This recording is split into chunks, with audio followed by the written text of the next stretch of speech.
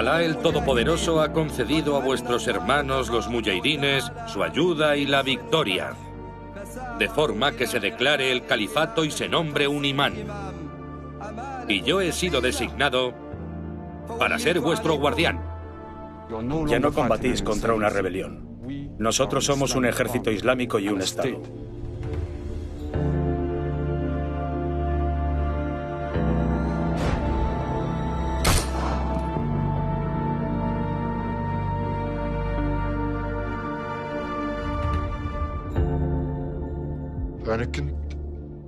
Yo filmaba la vida cotidiana en Raqqa para Daesh. Creía haber visto ya todo tipo de cámaras y de estudios. Pero cuando descubrí su estudio, comprendí que no había visto nada. En cuanto a los medios de financiación, era, como se suele decir, como un cheque en blanco. Teníamos todo lo que queríamos, absolutamente todo. Había 4 cámaras. Aquel tipo no sabía que iban a quemarlo. Solo lo comprendió cuando lo encerraron en la jaula y lo rociaron de gasolina.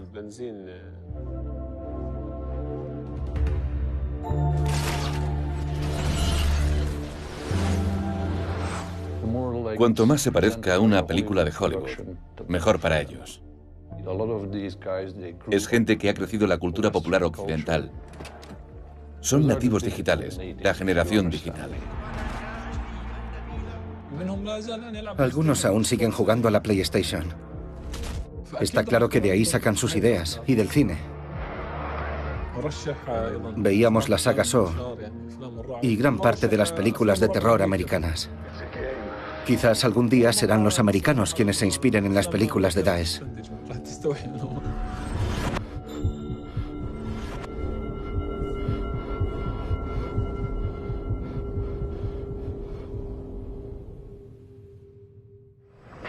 We do this in the name of the Islamic Caliphate. Bismillah. Melissa, I love you. Caroline, I love you. Alhamdulillah. He's a God. Look out. La ilaha illallah. La ilaha illallah wa Muhammadan Rasulullah. La ilaha illallah wa Muhammadan Rasulullah. La ilaha. Turn off the sound.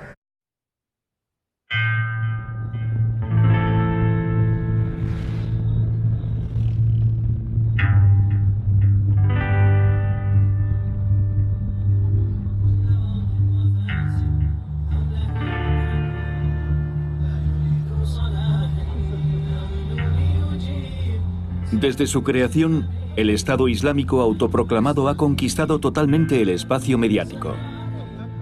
Sus crímenes se emiten en todas las pantallas, su propaganda satura la red y nada parece poder detenerla. Este documental cuenta cómo un grupo yihadista desconocido para el gran público consiguió en pocos meses aterrorizar al mundo y reclutar nuevos soldados en detrimento de Al-Qaeda. Hay muchos hermanos, de Bélgica, de Francia, de Alemania, de Turquía, de Finlandia, de Inglaterra. Llegan aquí desde todo el mundo. Todo eso funciona en Internet. Solo hay que entrar en cualquier sitio de las redes sociales. Así que es muy fácil. Pirateando los códigos de la cultura popular globalizada, el Estado Islámico ha logrado crear la maquinaria propagandística más poderosa desde el nazismo y la Guerra Fría. Mucha gente no comprende por qué hemos dejado Europa para venir aquí. ¿Qué es lo que nos motiva a hacerlo? Antes yo tenía una vida cómoda, me iba bien. Pero cuando la guerra en Siria se hizo tan brutal, vi las imágenes. Por todas partes había imágenes de la guerra en Siria. Vi su dolor allí y vi que a la gente de Occidente le traía sin cuidado. Así que finalmente me decidí a hacer este viaje. Confié en Alá.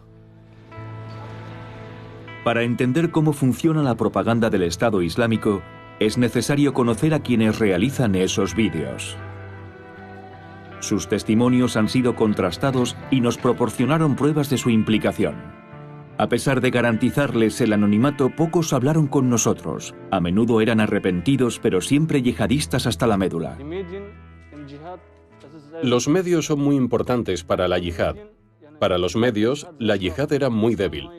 No conseguíamos atraer a nuevos mujahidines. Le aseguro que el 90% de los que hemos venido aquí, estamos aquí gracias a los medios. Con los medios podemos influir en las ideas de la gente.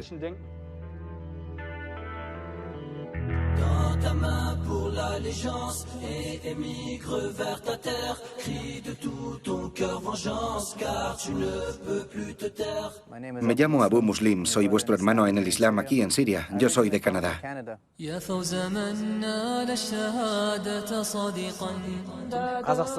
Para nuestros hermanos de Kazajistán, este es un mensaje desde la tierra de Sam.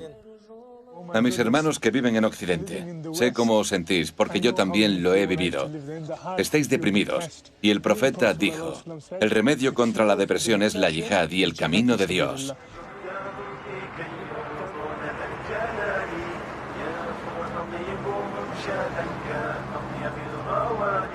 ¡Ay, mis hermanos de Indonesia!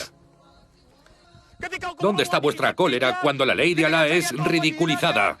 Cuando la Sharia es ultrajada. ¿No os parecen motivos para hacer la yihad por el camino de Alá?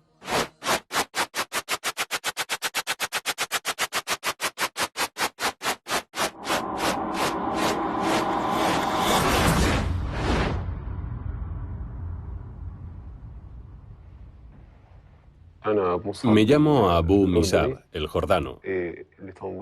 Me uní al Estado Islámico hace 4 años.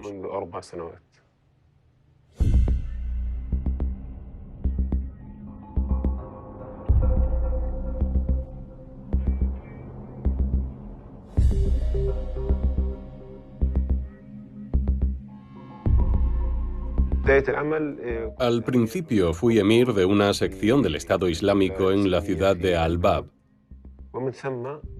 Pero cuando descubrieron que yo era instructor militar y que tenía mucha experiencia, me destinaron a Raqqa y me nombraron emir de un campo de entrenamiento.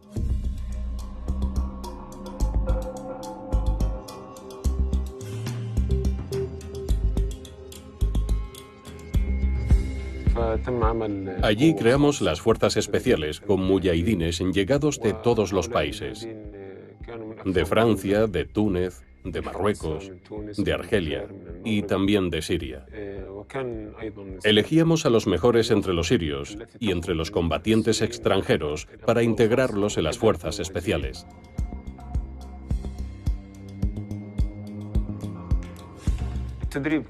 El entrenamiento era muy completo. Se entrenaban físicamente todos los días y aprendían a usar armas pesadas, la guerra de guerrillas, a hacer emboscadas, a asesinar. Realmente era un entrenamiento muy completo. Algunos incluso se preparaban para operaciones suicidas fuera de Siria, en el extranjero, como por ejemplo en Túnez, en Arabia Saudí o en Francia.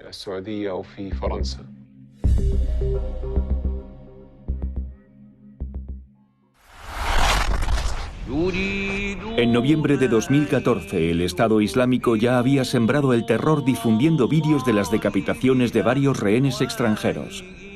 5 meses después de la proclamación del califato, sus propagandistas colgaron en la red una película de 16 minutos que hizo época. Titulada Aunque a los infieles no les guste, empezaba haciendo una breve historia del Estado Islámico. Pero fue la segunda parte del vídeo la que dejaría huella.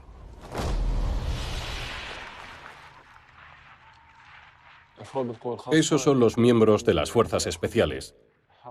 Iban a degollar a una veintena de soldados del régimen. La mayor parte de ellos eran combatientes extranjeros.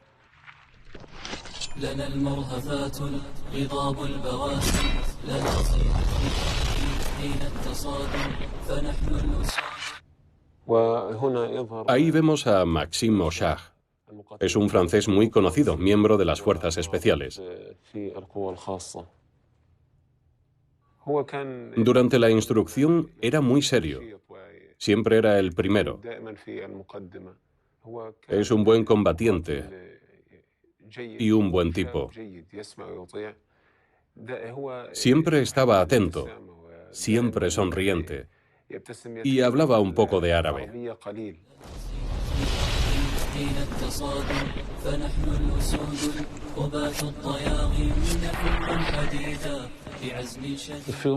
La película marcó un punto y aparte porque estaba excepcionalmente bien dirigida. Debía de ser un equipo muy importante, porque al menos había 3 o 4 cámaras implicadas en el rodaje. Y un estudio ha demostrado que el rodaje duró al menos 8 horas, considerando el ángulo de las diferentes sombras en el suelo. Se ve bien que esa gente sabe lo que hace, que saben aprovechar la luz, que tienen equipos, y el montaje también es muy profesional.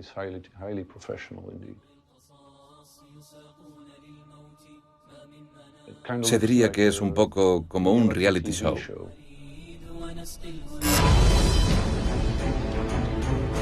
Come on in, guys!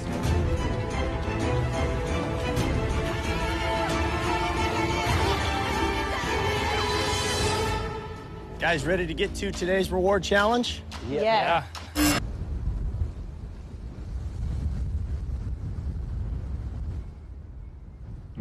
Cuánto me gustaba este vídeo. Está rodado a cámara lenta. Vemos el cuchillo a cámara lenta. Cuando ejecutan a esos hombres, no voy a mentir, me habría gustado estar allí para ver cómo lo rodaban, pero no estaba allí. Los espectadores ante esas imágenes se quedan paralizados. Se preguntan qué va a pasar. ¿De verdad van a degollar a todos esos tipos?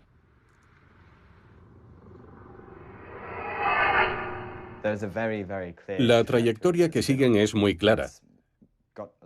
Es cada vez más y más sofisticada, más variada, con más detalles. Y además siempre aplican la misma técnica, se ha convertido en un estilo. Y eso indica claramente que alguien que no estaba antes se unió a la maquinaria de la propaganda del Estado Islámico. Con la venia de Alá, nosotros ganaremos esta última cruzada. Y el Estado Islámico, como dijo aquella marioneta de David Cameron, muy pronto masacrará a vuestros pueblos en vuestras calles. Lo novedoso es que ponen por delante la idea de supremacía. No mantienen la postura yihadista tradicional de la resistencia. Al contrario, ellos quieren cambiar el mundo. Se están expandiendo, son agresivos, han pasado a la ofensiva. La maquinaria de propaganda del Estado Islámico está extraordinariamente bien estructurada. En el corazón de su red hay 6 medios principales, 6 marcas, cada una con su especialidad. La religión, la prensa en Internet, los informativos radiofónicos, los informativos locales y 2 sellos que producen y difunden los vídeos más emblemáticos del Estado Islámico. Por un lado, Al-Furqan, el medio histórico del Daesh desde su creación en Irak en 2006, la voz oficial del califato. Y por el otro, Al-Hayat, La Vida, un sello que produce y exporta la propaganda del Daesh en 15 idiomas en todo el mundo. Para producir la información local y alimentar a esos 6 medios, se creó una red de 35 agencias. 19 agencias, una en cada provincia del Estado Islámico, en Siria y en Irak, y otras 16 gestionadas por los grupos que habían jurado lealtad al califato en el Sinaí, Arabia Saudí, Yemen, Libia, Túnez, Argelia, Nigeria, Afganistán, el Cáucaso y Filipinas. Es una red de una eficacia formidable.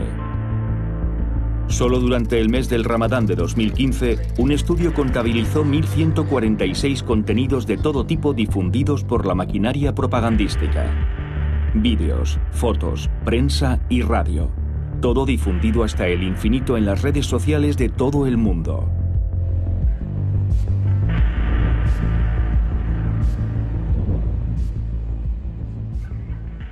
Me llamo Wassim Nasra. Soy periodista del canal informativo France 24. Mi especialidad son los movimientos yihadistas. Obtengo mis informaciones en gran parte de los yihadistas sobre el terreno. Sirios, iraquíes y saudíes con los que estoy en contacto casi a diario. Varios miembros del Estado Islámico en diferentes puestos forman parte de los contactos de Wassim Nasra. Gracias a ellos ha podido conocer, entre otras cosas, la creación y el ascenso vertiginoso de su poderosa maquinaria de propaganda. Una de sus fuentes principales es un sirio al que él decidió llamar Al-Shami. Al-Shami es uno de mis contactos más antiguos en Siria. Milita en las filas del Estado Islámico. Él tenía responsabilidades en su maquinaria mediática en el este del país. En cierto momento desapareció de las redes sociales durante meses. Pensé que había muerto o que había sido censurado, pero un buen día reapareció en el corazón de Europa. Había entrado entre la oleada de refugiados. Pude reunirme con él en varias ocasiones. La última vez fue en Ámsterdam. A pesar de los riesgos, él aceptó que lo grabara. En la actualidad, Al-Shami tiene el estatus de arrepentido. ¿Puedes contarme cómo está estructurada la maquinaria propagandística del Estado Islámico? Es evidente que el Estado Islámico ha conseguido hacerse muy fuerte mediáticamente, pero al principio empezamos con cuentas de Twitter. Había muchas cuentas de combatientes del Daesh, cuentas más o menos oficiales. Ellos tuiteaban acerca de cualquier cosa en nombre del Estado Islámico, aunque solo fueran simples soldados. Después las cosas evolucionaron y empezamos a hacer vídeos y reportajes. Entonces limitamos la libertad de los combatientes en Twitter y dimos preferencia a los reportajes filmados. También lo hicimos para evitar la censura en las redes sociales. Más tarde, empezamos a producir vídeos específicos para cada provincia. Cada delegación producía un vídeo o dos al mes. Eran vídeos informativos. Y cuando el vídeo que se difundía era digno de representar al Estado Islámico en su conjunto, entonces producíamos la mejor versión posible. ¿Quieres decir que reservabais lo mejor para los medios principales? Sí, exacto.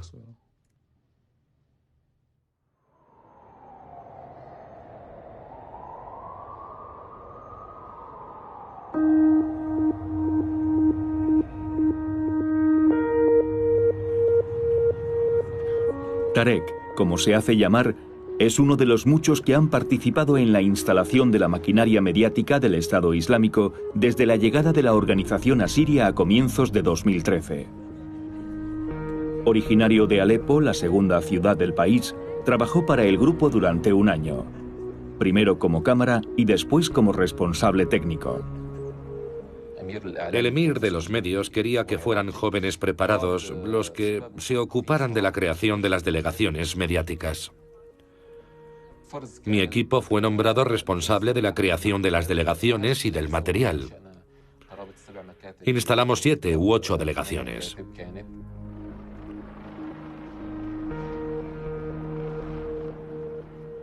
Los responsables de las delegaciones mediáticas eran iraquíes.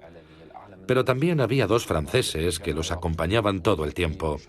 Viendo la forma en la que daban instrucciones, yo creo que ellos eran los máximos responsables de todos los medios en aquella época. Ellos estaban en contacto permanente con al-Baghdadi. Seguro que ellos obedecían directamente a al-Baghdadi. Estaban muy protegidos y era imposible llamarles, solo podías hablar con ellos en persona.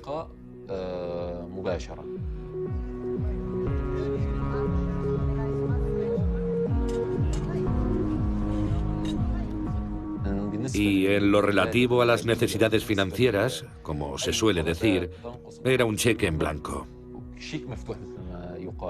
Podíamos pedir todo lo que quisiéramos, absolutamente todo.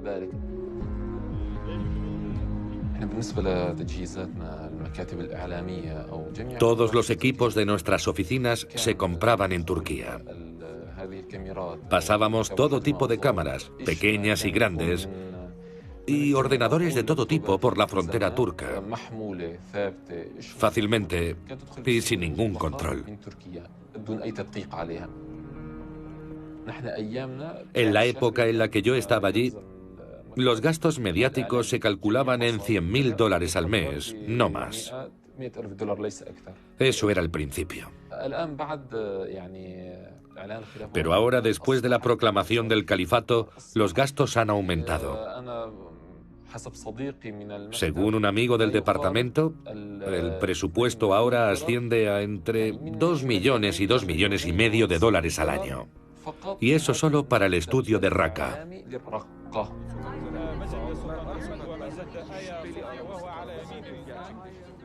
Hoy podemos decir que se han invertido grandes medios en todo lo relativo a las ramas mediáticas y a la propaganda en general.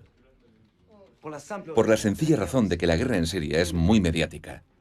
De forma que para ellos es un escaparate y un escenario que tiene un valor incalculable. Porque Siria está al alcance de la mano. Siria es la puerta de al lado.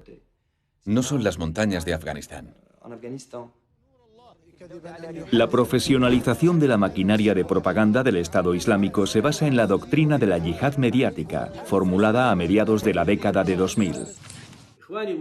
El sucesor de Bin Laden al frente de Al-Qaeda, Ayman al-Zawahiri, había declarado: la yihad mediática es la mitad del combate. En la actualidad, el Estado Islámico sigue aplicando la misma doctrina, y nunca faltan los aspirantes a reporteros. El salario base es el mismo, ya sean simples combatientes o combatientes que filman. Más que el aspecto económico, prima el prestigio.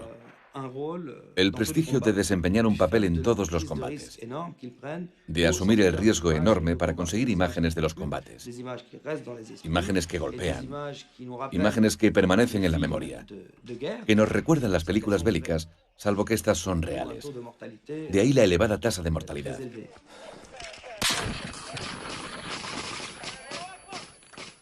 Además, el Estado Islámico, más que Al-Qaeda, pone por delante a las personas que filman. Un día recibí un vídeo de uno de mis contactos en la provincia de Saladino, en Irak. En ese vídeo podemos ver un libreto que sirve de guía a los yihadistas. Y por primera vez, vemos también una especie de puesta en escena con las cámaras del Estado Islámico. Eso da una idea de la importancia que ellos conceden a la yihad mediática.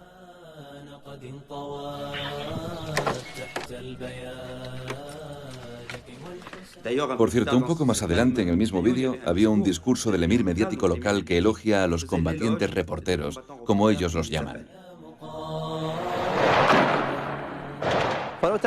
Reporteros del Estado Islámico, si supierais cuántas veces habéis provocado la cólera de los enemigos de Dios y cuánta felicidad habéis llevado al corazón de vuestros hermanos por todo el mundo. Si supierais cuántas ganas tiene la gente de ver vuestras imágenes.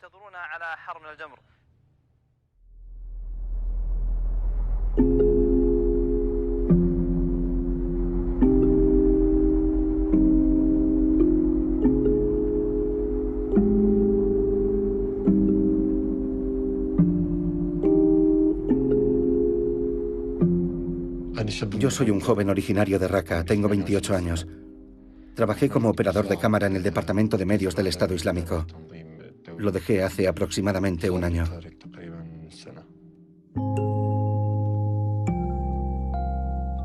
La historia de Siad es la de millares de jóvenes sirios que se unieron a las filas de las milicias islamistas a partir de 2013. Decepcionados por Occidente y sus falsas promesas, defraudados por el ejército sirio libre, por sus fracasos y sus abusos, se volvieron hacia lo que consideraban lo mejor para acabar con el régimen de Bashar al-Assad. Ninguna relación con las motivaciones de los yihadistas extranjeros. Cuando el Estado Islámico tomó Raqqa en enero de 2014, Siad solo era un simple activista islamista. Encarcelado durante un mes, se dejó convencer por sus amigos para unirse al Departamento de Medios del Estado Islámico. Esta película se titula Las llamas de la guerra. Cuenta el inicio del proyecto del califato, desde la llegada del Daesh hasta la proclamación del califato.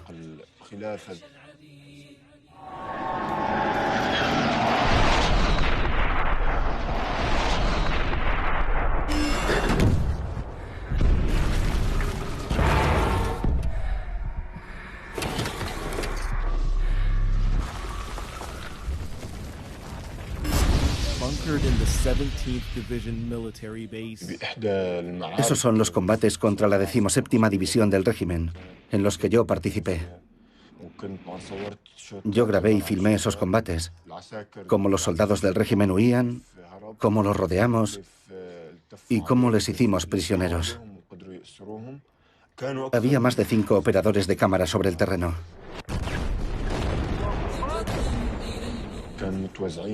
Se habían repartido entre todos los grupos de combatientes y avanzaban así, con las tropas, hasta que llegaban a primera línea del frente, cara a cara con el enemigo.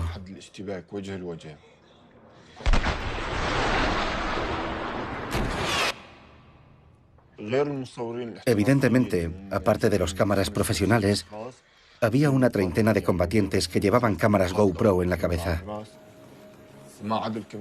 Algunos también colocaban las cámaras en sus armas.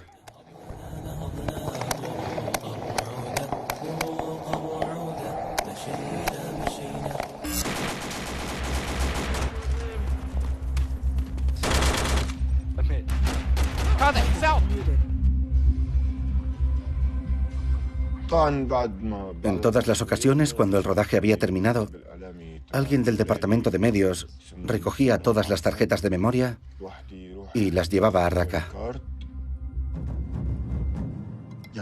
No puedes imaginar hasta qué punto están adelantados.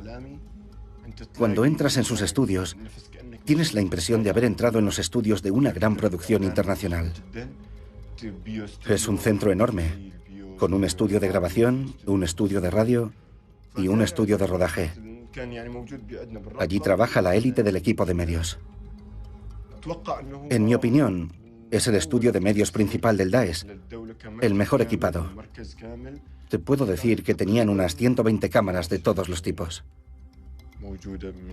Y las mejores producciones hechas en Siria, las de mayor éxito, han salido del estudio de Raqqa.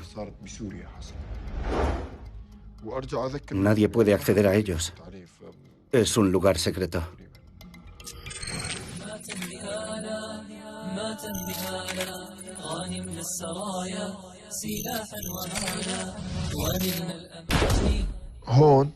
En ese lugar se decide el destino de las personas.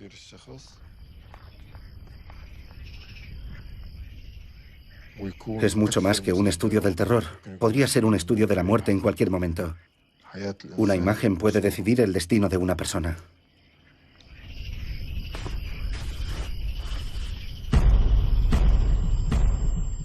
La verdad, yo quedé cautivado por su trabajo y por el espíritu colectivo del equipo. Cuando llegan las pruebas de cámara, se recogen en la recepción y luego se hace una selección de las mejores imágenes. Después, las imágenes se envían a los profesionales del montaje. Y una vez terminada la película, luego se envía al departamento de producción. Allí todos son saudíes. Ellos son quienes la cuelgan en la red y la difunden por internet. ¿Cómo hacen para que pueda verse en todo el mundo? Eso nadie lo sabe.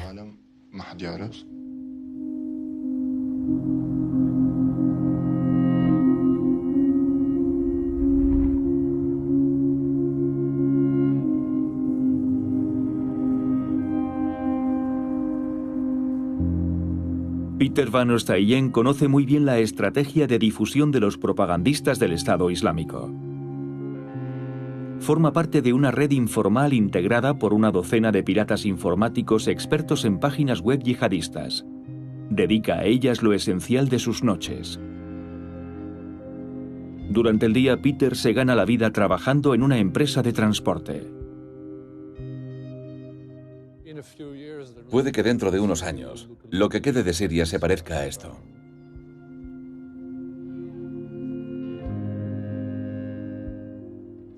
Pasé 8 años en la universidad estudiando árabe y el Islam.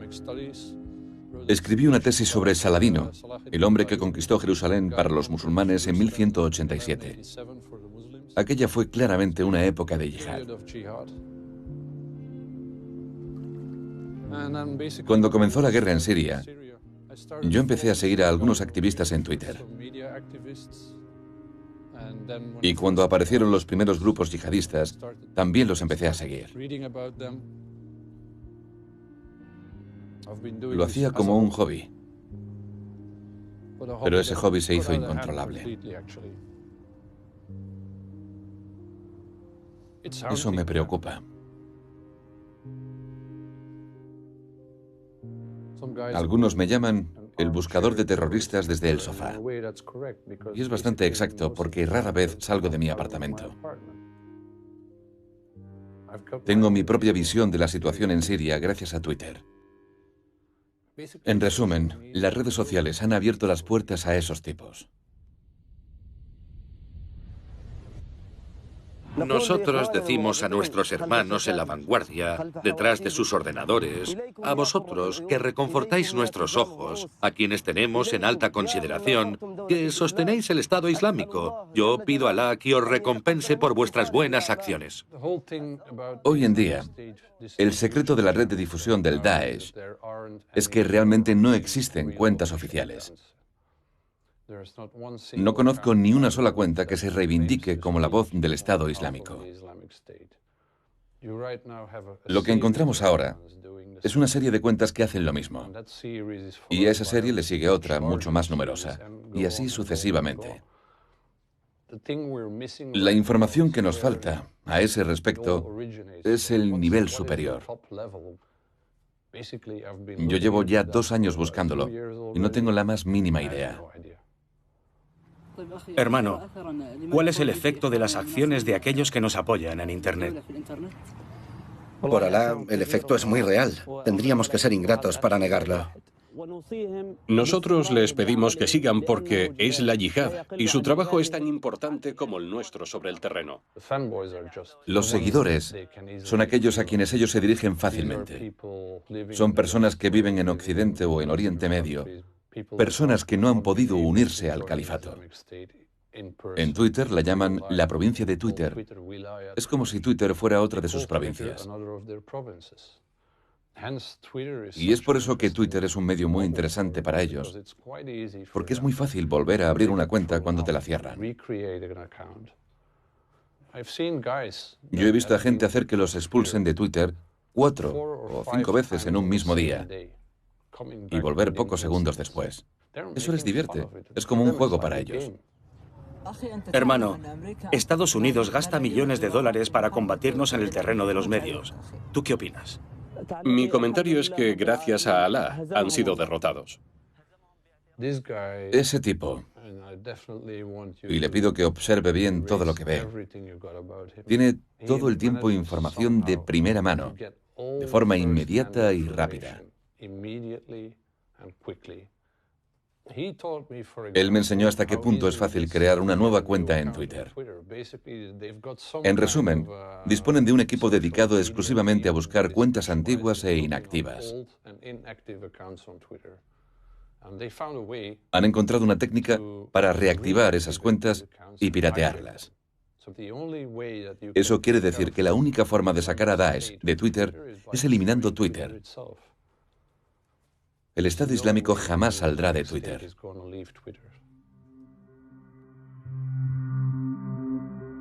Los yihadistas no esperaron a las redes sociales y a la era digital para promover la yihad. Todo empezó en Afganistán de manera mucho más artesanal. El 25 de diciembre de 1979 la Unión Soviética invadió el país. La resistencia se organizó con los islamistas. Moscú creía tener las manos libres en Afganistán, pero no había contado con la fuerza del Islam. En 1984, Abdallah Azzam, el padre de la moderna yihad, fundó en Pakistán el Departamento de Servicios, cuyo objetivo era reclutar voluntarios musulmanes que querían combatir contra los soviéticos en Afganistán. Un tal Osama Bin Laden era su principal donante de fondos. En 1986 las cámaras de vídeo se popularizan. Ya se podía filmar lo cotidiano incluso en lo más profundo de las montañas afganas. Es una cámara de vídeo y funciona muy bien. En el futuro, los soldados de la yihad mediática estarían siempre al acecho de las innovaciones tecnológicas. En 1988, Bin Laden creó Al-Qaeda, la base, para unir a los yihadistas de todo el mundo y llevar la yihad a nuevos territorios. Entre 1992 y 1995 tuvo lugar la Guerra de Bosnia. Por primera vez, hubo equipos dedicados solo a filmarla. Glorificaban la lucha de los voluntarios extranjeros en cintas de vídeo distribuidas de forma clandestina. Los yihadistas saben hacer propaganda. En 1996, Internet se convierte en la nueva herramienta de los yihadistas. Aparecen numerosos foros de discusión islamistas en Londres. Ese mismo año, en Qatar aparece el primer canal de noticias en árabe. Al Jazeera aceptó transmitir las declaraciones de Bin Laden y difundir los vídeos enviados por los cámaras de Al-Qaeda. En 1998, Bin Laden convoca a los medios occidentales y se erige en el líder de la internacional yihadista.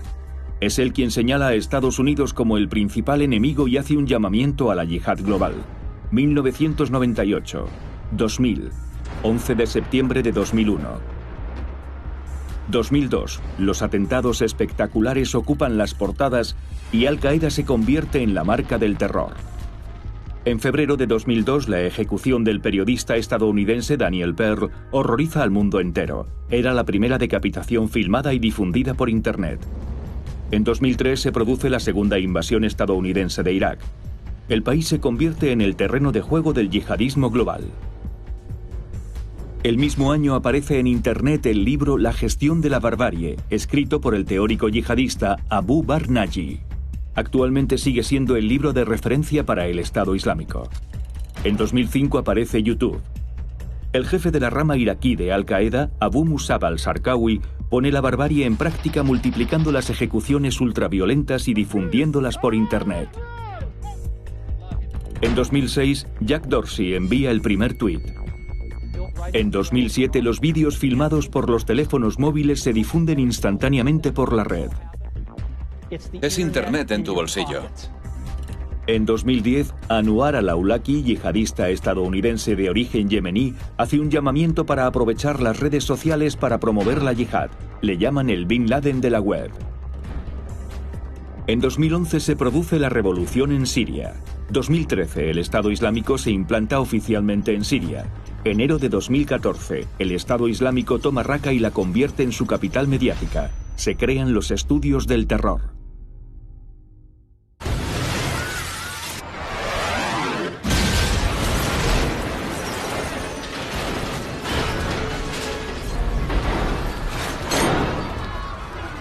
La propaganda del Estado Islámico proyecta la yihad a una nueva era. Ha simplificado el mensaje hasta la exageración y lo hace más contundente y más atractivo, gracias a sus constantes referencias al cine, los reality shows y los videojuegos. Es una estrategia de marketing que Al-Qaeda ya había utilizado, pero de una forma menos sistemática y menos profesional. Ahora el Estado Islámico ha logrado imponerse como la principal marca yihadista, y eso no le debe nada al azar. Gracias a los voluntarios de todo el mundo que trabajan en los medios del Daesh, realizan vídeos que compiten y superan a las películas de Hollywood. Esta es la foto del rodaje de una ejecución en Palmira. Ese tipo es un francés de origen tunecino y este otro es un negro americano. Son especialistas. Hay occidentales y árabes de los países del Golfo que fueron formados para hacer eso. El Estado Islámico confía en ellos. Es su oficio. Ellos ya trabajaban en los medios o en el cine. Y ahora trabajan para la organización. Y ponen en práctica sus ideas cinematográficas para lanzar los vídeos del Estado Islámico.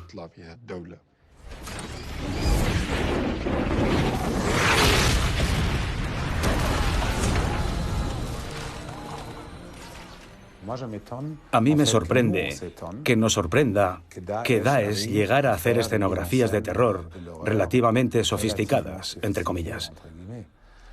No entendemos que Daesh nos conoce mejor a nosotros de lo que nosotros conocemos a Daesh.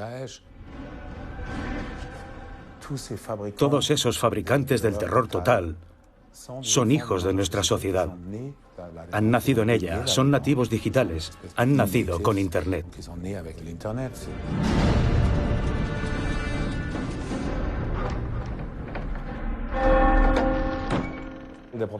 La propaganda de Daesh no es otra cosa que el efecto espejo de nuestras peores producciones, de las películas de terror de Hollywood, de los thrillers de Hollywood, de los videojuegos, de los clips de rap.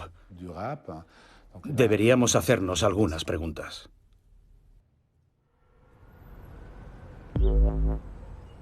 ¿Los vídeos del Estado Islámico son el reflejo, el avatar diabólico de nuestra cultura popular globalizada? Tal vez la respuesta se encuentre en el corazón de la matriz, en Hollywood. Mientras el Estado Islámico amenaza a Occidente con sus vídeos, por su parte los estudios de Hollywood nunca tuvieron demasiados escrúpulos a la hora de abusar de los estereotipos sobre los árabes y los musulmanes. Es algo de lo que resulta difícil hablar con los profesionales de la industria. Es un tema tabú que produce una visible incomodidad. Jack Shaheen ha trabajado en Hollywood como consultor cinematográfico en películas como Tres Reyes y Siriana. Este profesor emérito de la Universidad de Illinois lleva 40 años estudiando el tema de la representación de los árabes y los musulmanes en el cine y en la televisión.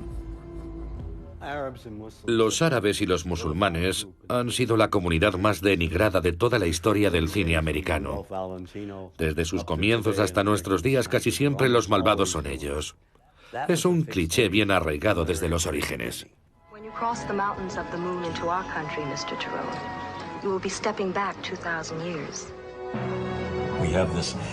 Encontramos ese decorado fantasma que podríamos llamar Arabelandia y que parece un parque de atracciones, con música hipnótica y sobre todo el desierto como un lugar amenazante.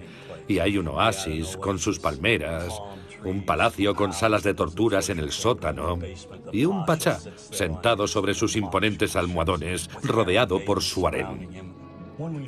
Cuando visitamos Arabelandia, tenemos derecho instantáneamente al kit Ali Baba. El árabe es siempre la misma caricatura, un personaje de dibujos animados que representa al malo de turno del que nos podemos reír. Y así, película tras película, vemos a los árabes descritos como bufones que sirven para hacer chistes fáciles.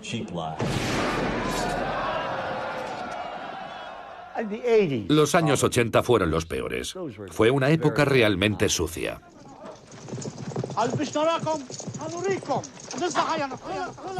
En la película de James Bond, Nunca digas nunca jamás, Kim Basinger es maltratada por los árabes más inmundos que podamos imaginar. La atan a un pilar, la dejan en ropa interior y la venden en una subasta a esos salvajes primitivos. A partir de ahí, los árabes son descritos como más violentos que en el pasado.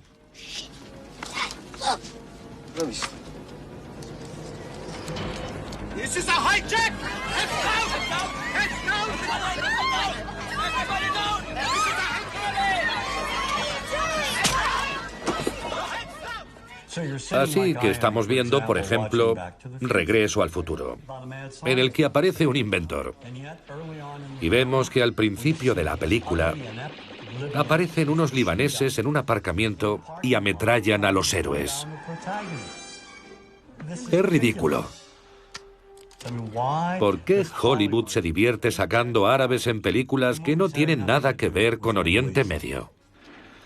Y en los años 90 hubo películas como Mentiras arriesgadas de Arnold Schwarzenegger.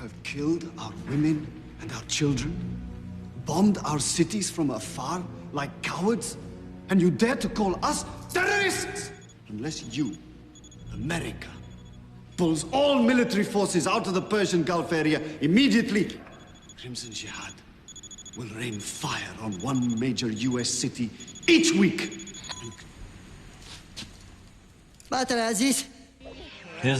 Aladino, la película de Disney, fue vista por millones de niños en todo el mundo.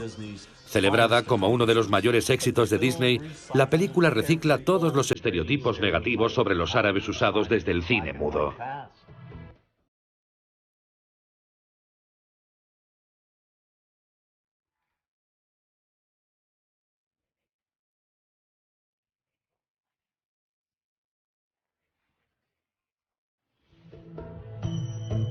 Y después apareció Reglas de Compromiso, que creo que se estrenó en el año 2000.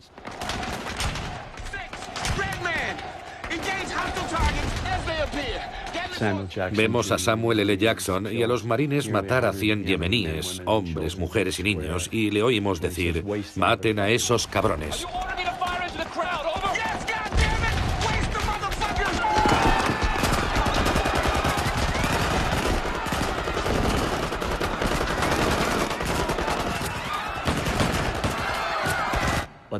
Pero el cambio más espectacular se produjo después del 11S.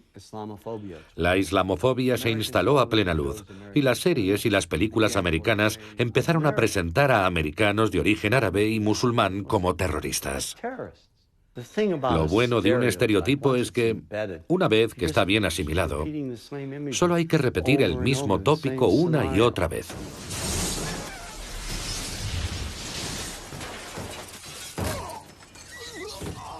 Estados Unidos es el primer exportador de cultura popular del mundo. Y a menudo me he preguntado cómo recibirían esas imágenes los árabes y musulmanes de todo el planeta. ¿Acaso sirven para acercarnos? ¿Para hacer que la paz progrese? ¿O solo nos separan un poco más?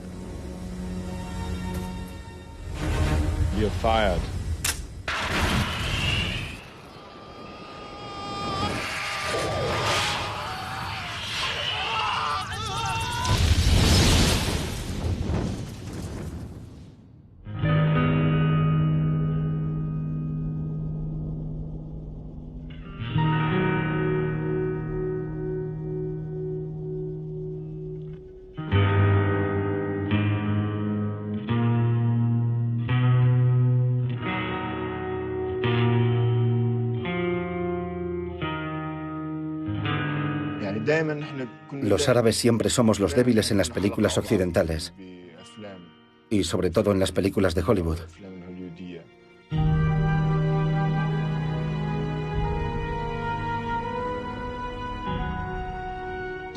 Pero toda acción tiene una reacción. Y esta es la reacción del Daesh contra aquellos que atacan a los musulmanes, en Hollywood o en cualquier lugar.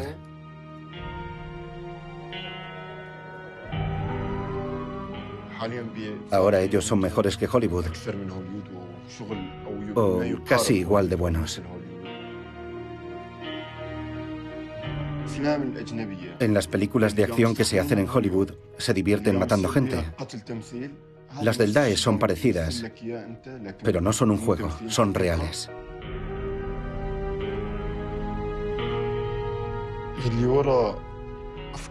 Quienes están detrás de esas escenas de ejecuciones que vemos en los vídeos son auténticos hollywoodienses.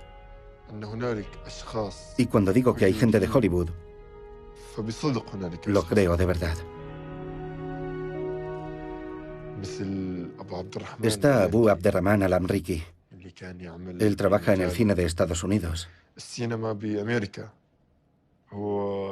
Tiene la nacionalidad estadounidense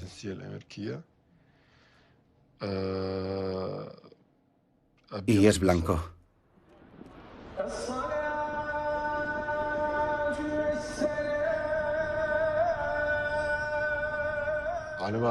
Recuerdo que un día me contó que había trabajado en una película en Hollywood.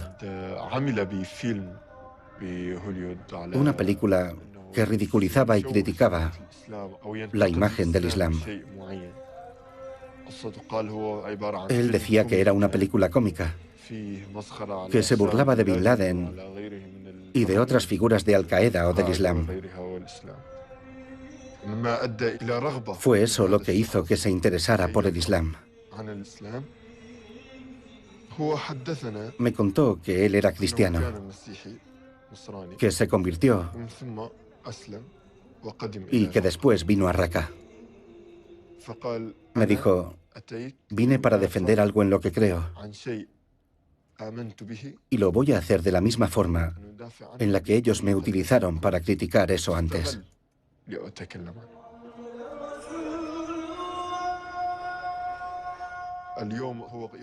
Hoy afirma que ha logrado invertir los papeles filmando a occidentales con el uniforme naranja de Guantánamo, antes de ser ejecutados por combatientes con la vestimenta islámica.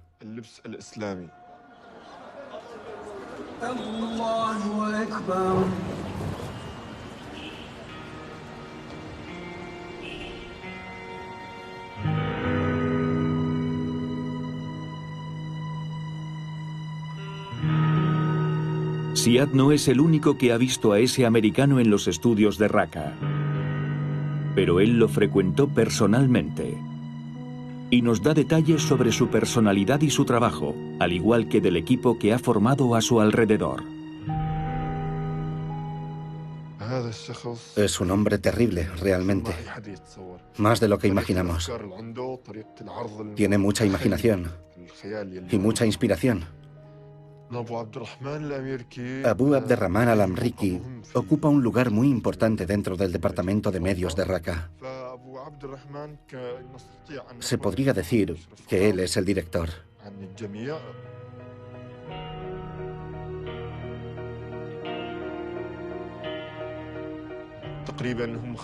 Hay 5 personas en las que el Estado Islámico confía mucho para la realización y el rodaje de las películas importantes. Es algo así como el equipo para las misiones especiales. Está formado por personas de muchas nacionalidades, británicos, estadounidenses e incluso saudíes. Se puede decir que ese equipo está especializado en el rodaje de las ejecuciones, mediante las cuales el Estado Islámico quiere enviar sus mensajes al mundo y a todos sus enemigos. Fueron ellos quienes rodaron la película sobre el piloto jordano Al-Qasasbe.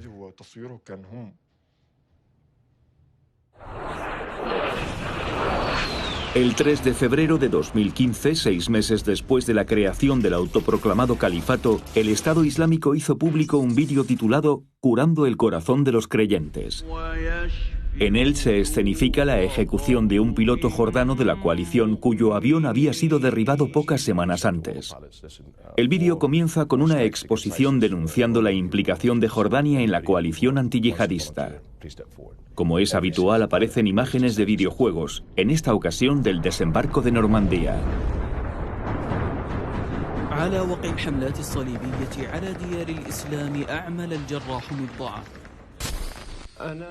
Me llamo Mua Safi Youssef Al-Qasasbe. Como en todos los vídeos de ejecuciones del Estado Islámico, en él se escenifica la confesión de la futura víctima, con la novedad de un grafismo muy elaborado, usando incluso un software de gráficos 3D y llamas digitales.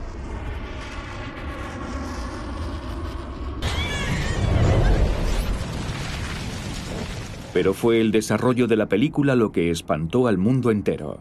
Envuelto en un silencio plúmbeo, el piloto jordano recorría un barrio de Raqqa destruido por los bombardeos bajo la mirada de los hombres de las fuerzas especiales.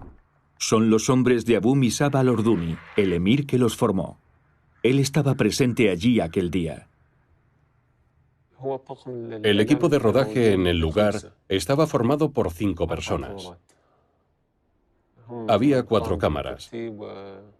Fueron ellos los que prepararon la puesta en escena con mis hombres. Primero los filmaron a ellos. Les dieron uniformes y pasamontañas nuevos para la ocasión. Después el equipo de rodaje indicó a Al-Qasasbe cómo debía avanzar y dónde debía colocarse. Y qué gestos debía hacer.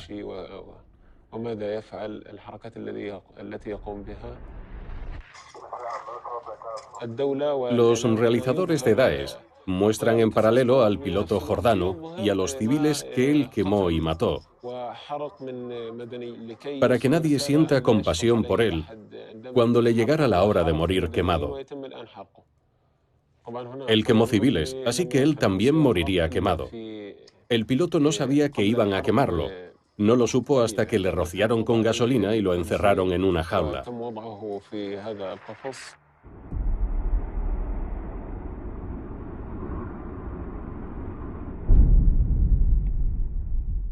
Él es Abu Mohamed al-Adnani.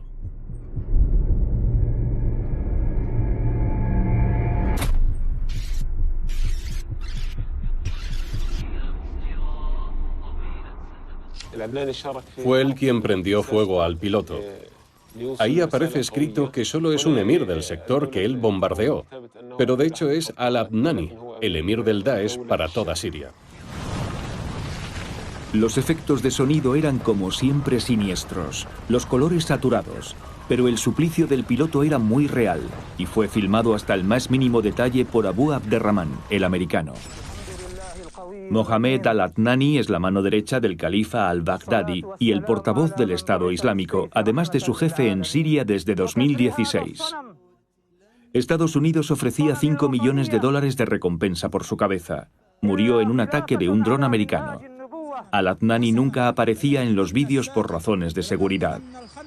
Aquí le vemos celebrando la abolición simbólica de la frontera entre Irak y Siria. Según Abu Mishab, quien asegura haberle frecuentado, al-Adnani también se interesaba mucho por la propaganda del Estado Islámico. Fue él quien dio las órdenes al equipo de medios para que grabara escenas de asesinatos y decapitaciones. Esa era la estrategia de al-Adnani y del Estado Islámico en general. Envían así un mensaje de terror y desafían a todos aquellos que los combaten. Daesh intenta ser innovador en el terror. Es un auténtico laboratorio, como un laboratorio nazi, donde experimentan con seres humanos para hacer una forma de propaganda que jamás había existido hasta ahora. De forma que caemos en la trampa perfectamente tendida por los profesionales de la comunicación. La utilización de la violencia extrema por el Estado Islámico está pensada, muy pensada. Vemos una auténtica preocupación por contar una historia para provocar el mayor impacto, terror, sobre el público que va a ver esos vídeos. Y ellos saben perfectamente que cuanto más horrible sea, más veces será visto. Cuando sale un nuevo vídeo, no diré que me emocione, pero es cierto que es como una inyección de adrenalina, porque piensas, ¿qué es lo que habrán inventado esta vez? Es así como se fabrica una estrategia de propaganda eficaz y se aseguran las portadas de todos los medios.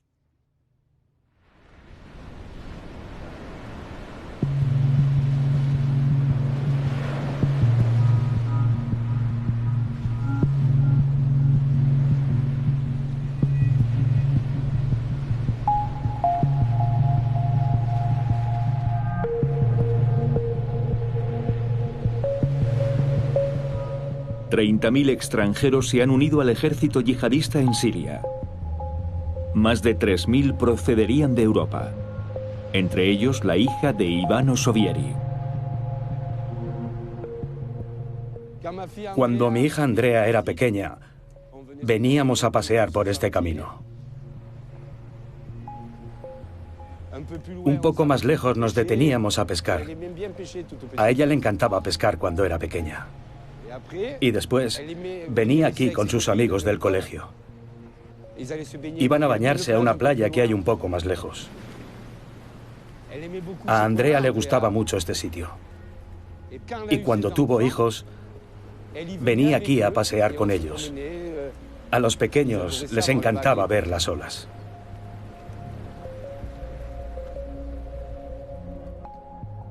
Me pregunto cómo pudo renunciar a todo esto para ir a Siria, pero pienso que el Islam radical es mucho más fuerte que todas las cosas hermosas que hay en el mundo. Una familia de 11 personas desapareció hace algunos días del centro de Niza. Ella abandonó la ciudad de Niza para trasladarse a Siria. Sus cosas abandonadas hacen pensar en una salida precipitada y reciente a finales de septiembre. Cuando descubrió la desaparición de su familia, Ivano Sovieri alertó inmediatamente a la policía. Podría tratarse de una abuela, de sus 3 pequeños, 2 hijas y un hijo, y de los cónyuges convertidos al Islam. Habría también 4 niños pequeños, el menor de 6 meses. El hijo y su mujer tienen 2 hijos de 4 y 6 años. Ese verano él le había dicho a su abuela que muy pronto se unirían a la yihad, pero lo supimos cuando ya se habían marchado. Andrea conoció a Usama, su futuro marido, en 2007 durante un curso. Se quedó embarazada a los 19 años y se convirtió para poder casarse. La pareja tuvo 2 hijos. Él se radicalizó progresivamente sin que Ivano se diera cuenta. Todo se precipitó cuando Andrea y Usama comenzaron a frecuentar a Omar Homsen, un islamista radical que vivía en Niza. Era uno de los principales reclutadores de yihadistas en Francia, a los que atraía con los vídeos de estilo grandilocuente que él mismo realizaba. Sería el responsable de la partida de más de 80 franceses a Siria.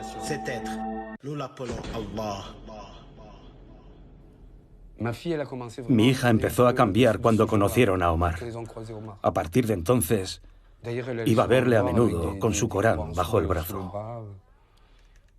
No tenía ninguna duda de que era por él, pero entonces yo no sabía que él hacía vídeos. Homsen había creado su propio sello y produjo una docena de películas antes de viajar a Siria en julio de 2013 con algunos de sus discípulos.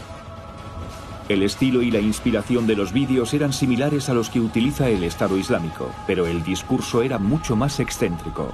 Usama, el marido de Andrea, colaboró en alguno de ellos.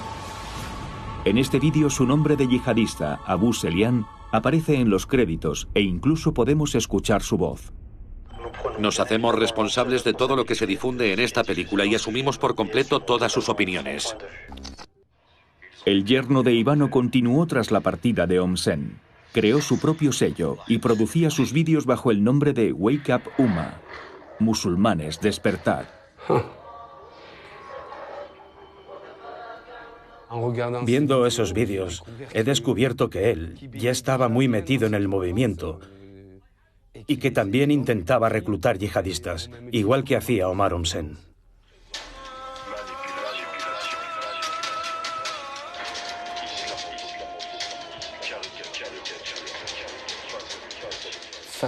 Enfréntate a la humillación. A la humillación.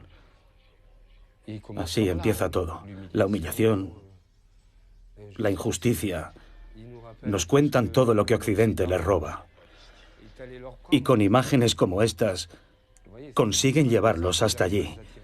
Los americanos, los judíos, Israel. Y un día tu hija te dice, mira papá, lo que están haciendo allí. Le pregunté que por qué los musulmanes iban allí. Y me dijo, van a cumplir con su deber, papá. Como muchos yihadistas extranjeros, Andrea y Usama se unieron al califato en el otoño de 2014, poco tiempo después de su creación. En aquella época la maquinaria de la propaganda ya estaba bien engrasada.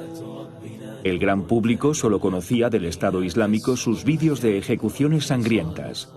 Pero era otra la imagen del califato, la que sus propagandistas querían dar para atraer a nuevos voluntarios. Peter Van Ostaijen ha seguido el recorrido de decenas de yihadistas belgas. Ha observado que una vez proclamado el califato, el Estado Islámico ha diversificado su propaganda para atraer mejor a las mujeres y a las parejas como Andrea y Usama. En la mayoría de los vídeos se habla de otros temas de la vida cotidiana. Cuentan que la vida allí es perfecta, que la organización es perfecta y cómo cuidan de todos los ciudadanos del califato sin ninguna distinción de raza. El mensaje es que los musulmanes de todo el mundo son bienvenidos en el califato. Tengo la impresión de estar en un sueño. Tengo la sensación de estar en el paraíso. Y me despierto aquí, en Raqqa, en Sham. Alá Akbar.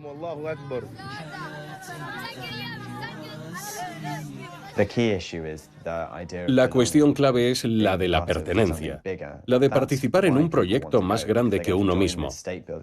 Eso es lo que impulsa a la gente a viajar hasta allí, porque piensan que estarán entre los fundadores de ese estado utópico. Esa es la idea que les fascina, es esa la idea que atrae a la gente hasta allí. Y los yihadistas usan la propaganda como un cebo más.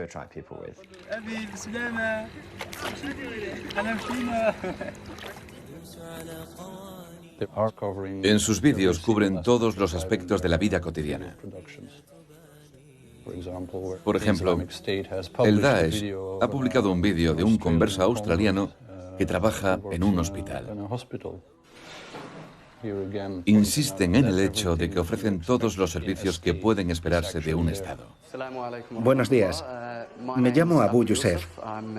Formo parte del equipo médico de Raqqa. Es un buen sistema el que tenemos aquí, tal y como yo lo había imaginado. Espero que nos veamos pronto. Ellos han comprendido que es necesario comunicar como una agencia de comunicación. Por eso cuentan con especialistas que adaptan el mensaje a su público, como en cualquier campaña. Porque para ellos, la yihad actual es una yihad de masas, no es de élite, como por ejemplo sigue afirmando Al-Qaeda hoy.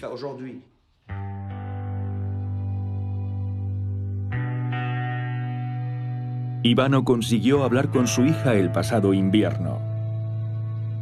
Y también ha visto todos los vídeos del Estado Islámico, los violentos y los otros. Ivano busca a su hija sin descanso, tanto en las imágenes de propaganda como en las redes sociales. Vivo en Siria desde hace 16 meses. Durante un tiempo se lo oculté a mis otros hijos. Ellos están allí, pero ya no les veía. Lo hago para saber la verdad, porque no siempre estamos en contacto. Y además, no me cuentan siempre la verdad. Cuando les preguntas cómo les va, te responden que muy bien, aunque una bomba esté a punto de caerles en la cabeza. Así que prefiero intentar informarme. A su llegada a Siria en octubre de 2014, Andrea, Usama y los otros 9 miembros de la familia se instalaron en la provincia de Al-Baraka, como muchos otros francófonos. Al cabo de 3 meses, poco después del ataque a Charlie Hebdo y al supermercado Kasher, el Departamento de Medios de la provincia publicó un vídeo para celebrar los atentados de París. Ivano reconoció la voz de Usama, su yerno. Nosotros defendemos nuestra religión, que es el Islam. Deberíais aceptar que lo hagamos de forma absoluta y total. Es a él a quien oímos. Es él. Y yo sabía que haría un vídeo como este por mi hija. Ella me dijo: papá, mi marido trabaja en los medios del Estado Islámico, así que estoy bien informada de todo lo que pasa. Incluso se enorgullecía de que él trabajara allí. Ella me dijo, porque yo la pinché un poco, que él trabajaba los 7 días de la semana y 12 horas al día. Él hace eso, pero jamás lo veremos. Un día me dijo: yo no estoy ahí para mostrarme. Entonces comprendí que él era alguien importante en esta historia. La prueba es que sus 2 cuñados están muertos y él no. De los 3 hombres que partieron del grupo de 11, solo queda él, aparte de los niños. Eso significa que los otros no estaban bien situados. Esa es Andrea en Nikaf, delante de su casa bombardeada. Estaba embarazada otra vez. Tuvo que huir de la provincia de Al-Baraka con Usama y sus hijos. Acosados por la ofensiva de las fuerzas kurdas, ahora ella se oculta en uno de los últimos bastiones del Estado Islámico en Siria, segura de haber tomado la decisión correcta. Ella me dijo: papá, aunque todos murieran, puedes estar seguro de que yo tampoco volvería. Nunca he tenido la más mínima esperanza de que vuelva.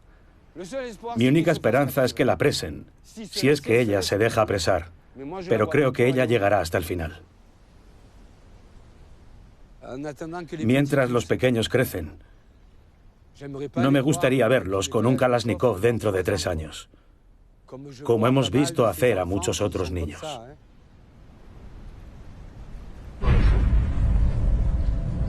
Los niños aparecen a menudo en la propaganda del Daesh.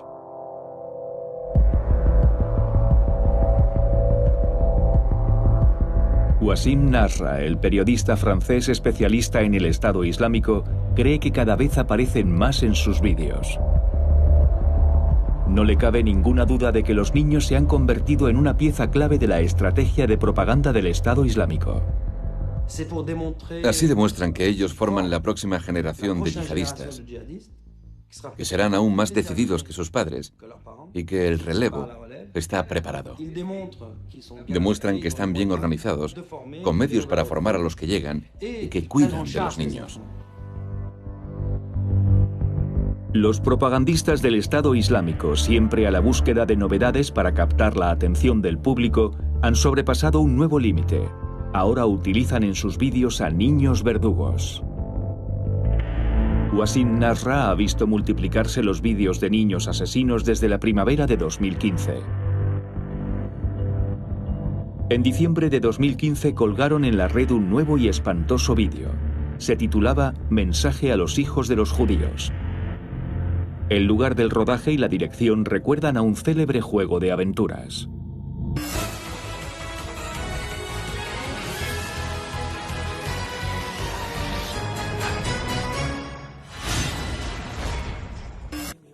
Y los ganadores son los siguientes. 6 niños son seleccionados en una puesta en escena propia de un reality show. Su misión, encontrar a los espías ocultos en la fortaleza y ejecutarlos.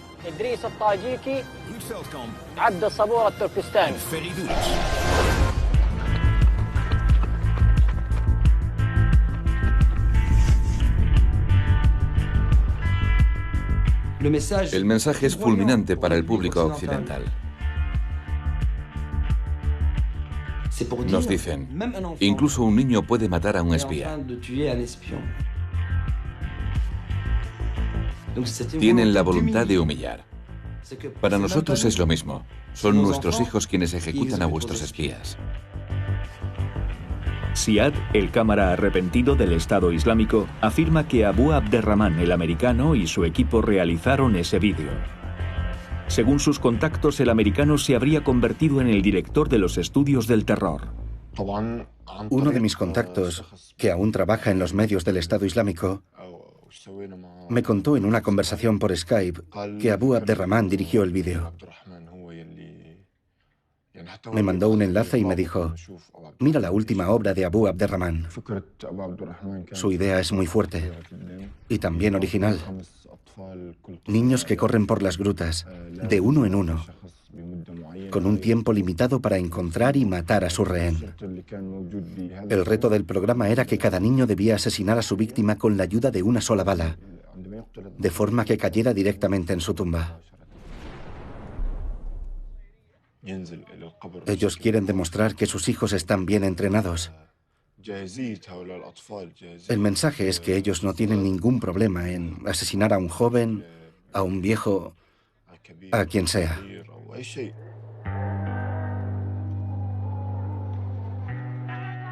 Con toda seguridad, los occidentales serán los más afectados, porque para ellos los niños tienen derechos. Se supone que deben divertirse, pero así es como el Daesh educa a sus hijos.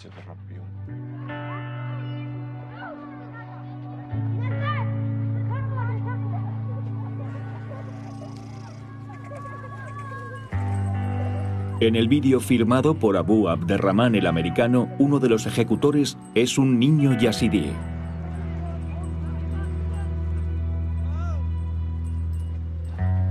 Los yazidíes forman una comunidad del Kurdistán iraquí unida en torno a creencias milenarias. Prácticamente han sido víctimas de un genocidio desde que el Estado Islámico tomó el control de la región en el verano de 2014. Centenares de hombres fueron ejecutados. Las mujeres fueron apresadas y a menudo reducidas a la condición de esclavas sexuales. En cuanto a los niños, los varones de más de 6 años fueron enviados a campos de reeducación y convertidos a la fuerza al Islam. Mirza tenía 7 años cuando los yihadistas mataron a su padre y lo separaron de su madre para enviarlo a un campamento. Allí conoció a Ayman, el niño ejecutor yazidí del vídeo.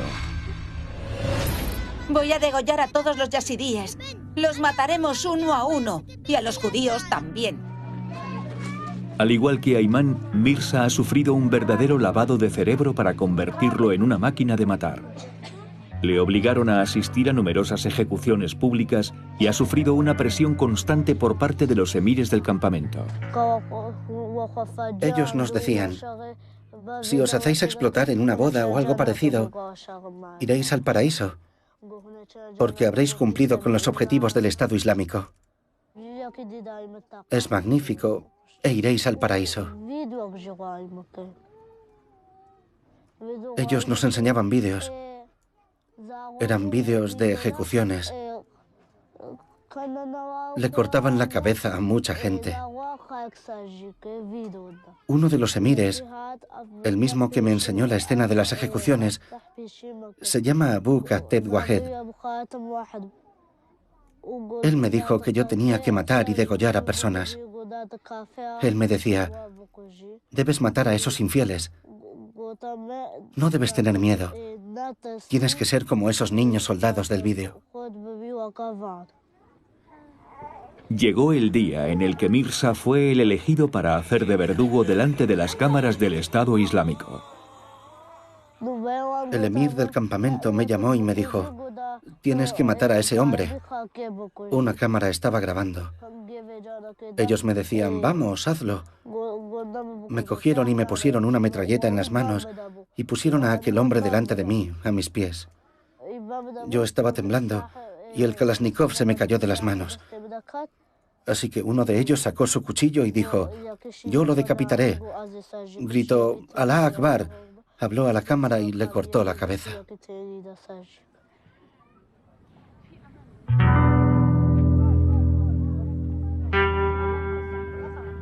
Aunque el Estado Islámico retrocede sobre el terreno, en Siria, en Irak y en Libia, su propaganda sigue alimentando las redes sociales.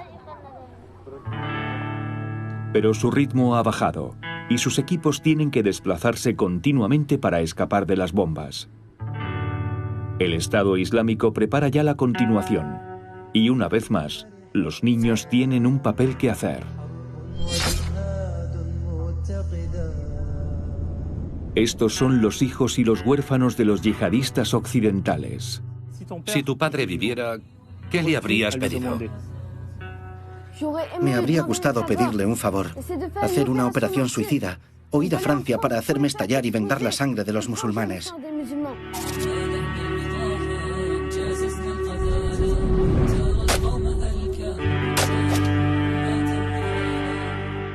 El Estado Islámico, a través de sus niños, intenta transmitir este mensaje. Aunque sus padres que combaten en las filas del Estado Islámico pierdan esta guerra, sus hijos siempre estarán allí. Aunque el Estado Islámico sea derrotado, habrá un relevo.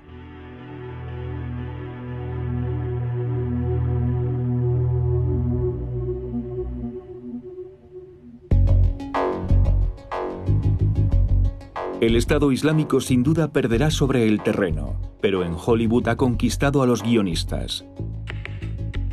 No solo ha pervertido los códigos de nuestra cultura popular, también ha logrado volverlos contra nosotros como un boomerang. Imponiéndose como la marca del terror y del gore, el Estado Islámico se ha convertido en popular. En Hollywood es el nuevo malo al que adoramos odiar, y él no desea otra cosa. Aún no hemos visto salir muchas películas, pero ya ha habido algunas series de televisión. Por ejemplo, una serie de la cadena NBC llamada Asuntos de Estado, que cuenta el secuestro de un rehén por parte de un grupo similar al Daesh.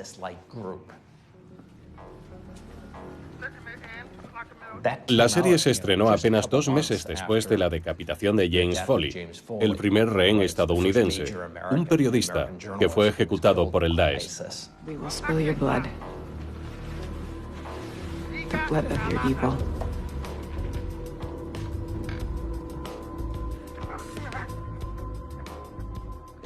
También, en la última temporada de House of Cards, aparece un grupo que recuerda al Daesh. Se ha hecho habitual. Our country is guilty of illegal aggression and mass murder against Muslims. We beg for mercy. Yo creo que eso solo sirve para añadir más intensidad a la historia. Hace que las historias resulten aún más aterradoras. مع بعض اكبسوا الزر تنتقلون إلى الحياة الخالدة الموت للكفار والمجد لله Allahu Akbar. El árabe es más que nunca el terrorista al servicio de Hollywood. Por ejemplo, Expediente X. Los malos son terroristas árabes, son peores que nunca. Es como si hubieran ido a buscar a todos los viejos personajes del pasado y los hubieran juntado en un solo episodio.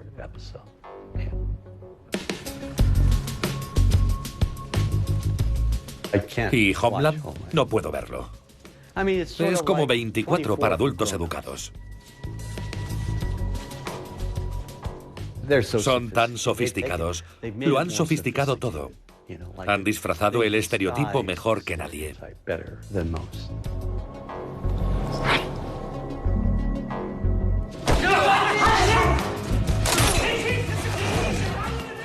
En líneas generales dicen, no todos son malos, pero mira que son malos. El problema no es que Hollywood se adueñe de Daesh. El problema va a ser cómo lo va a hacer. Si lo hacen de una forma que no estigmatice a los musulmanes, que consiga explicar de qué se nutre Daesh, entonces podría ser beneficioso. Pero me temo que ese no será el caso.